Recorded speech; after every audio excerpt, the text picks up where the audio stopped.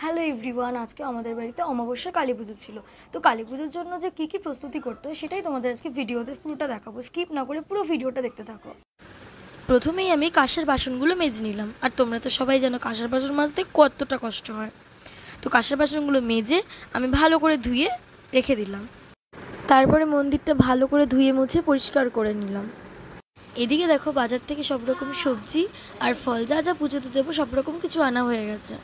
আর আজকে সকাল সকাল দেখো গাছে কতগুলো ফুল ফুটেছে, মনটা একদম ভালো হয়ে গেছে। এরপর দেখো আমি পুজোর ফলগুলো সব কেটে নিলাম। এদিকে দেখো মা পুজোর জন্য খিচুড়ি ভোগ তৈরি করে দিয়েছে, তো সেটা আমি সাজাচ্ছিলাম। তার মধ্যে পায়েসটাও তৈরি হয়ে গেছে।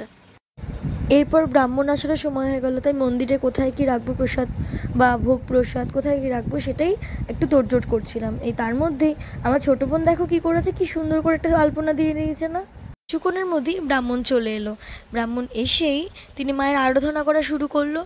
দেখেছো মায়ের মুখটা কতটা মিষ্টি লাগছে না, কতটা অপরূপ দেখতে লাগছে।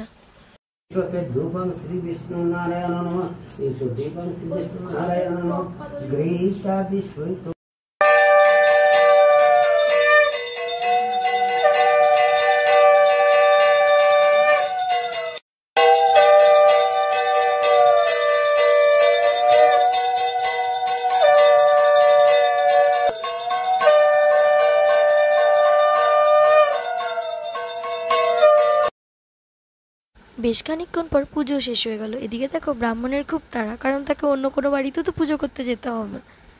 আজকের ভিডিওটা আমি এখানেই শেষ করছি। দেখা হচ্ছে নেক্সট ব্লগে। আর তোমরা কিন্তু কেউ লাইক শেয়ার সাবস্ক্রাইব করতে ভুলবে না।